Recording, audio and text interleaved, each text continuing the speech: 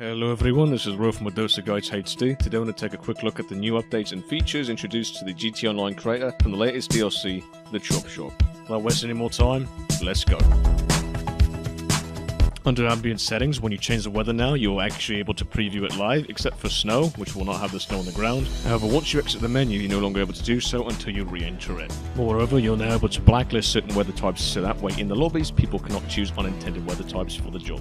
An entirely new menu has been added called Units, and this lets you place down a slew of new people and scenarios inside your races and jobs. In the races, you are now able to place down a race starter, which uses the same animation as the race starter in the street races, which in this DLC. You can get some pretty interesting combinations here, to say the least, given that the actor pool here is straight from the set you can use in survivals. There are two different variations of crowds you can place down in races. You can have up to 50 actors here, which is far more than that in captions.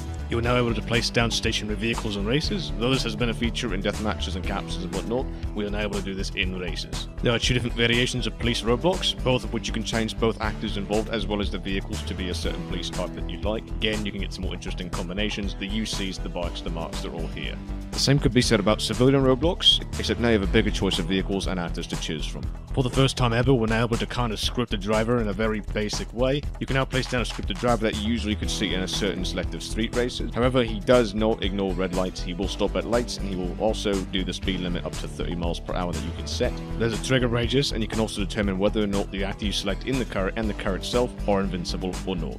Though you can only place down one of these, you can now place down your last used personal vehicle. This can be used for either thumbnails or Easter eggs, but it's only one copy, so bear that in mind. You can now determine the racing start order of players in jobs, whether that be someone has won more races, played more races, or in the inverse, lost more or played fewer. You can now determine who starts where, or simply just make it random by default. When creating your job, you're now able to set the very high and very low traffic densities. This is in addition to the other options that previously existed.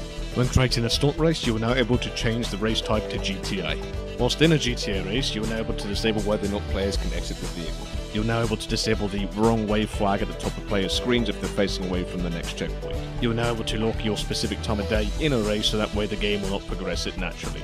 Whilst testing your race, you're now able to view the current checkpoint that you're on out of the total amount of checkpoints in the race itself. You're now able to place down tall checkpoints that was seen in pursuit races. The closer a player gets to this, the shorter the height will be. Between specific checkpoints, you're now able to adjust whether or not slipstream and catch-up are disabled or enabled. In the deathmatch creator, you're now able to adjust the specific amount of teams that are default for the job to start. Also, the deathmatch creator, under the end conditions tab, if there's a team that's not playing the game at all or is simply inactive, you can now enable them to go to the bottom of the leaderboard. Across all the creator types, a new array of props have been added. This includes different variations of roads, from asphalt to concrete, and different types of asphalt, traffic cones that are both normal and have graffiti on them, as well as being able to change the specific color of each. Painted wooden signs and floating signs are debuted in the Tuner's DLC, also able to have their colors changed. And tuner for different types of areas, one being plastic and the other one that was seen from the Meltdown mission in story mode, crowd control barriers, and both of these have different lengths, and the plastic ones will allow you to change the color on them. And that marks the end of the new creator additions. This is Ro from Dosa Guides HD signing out.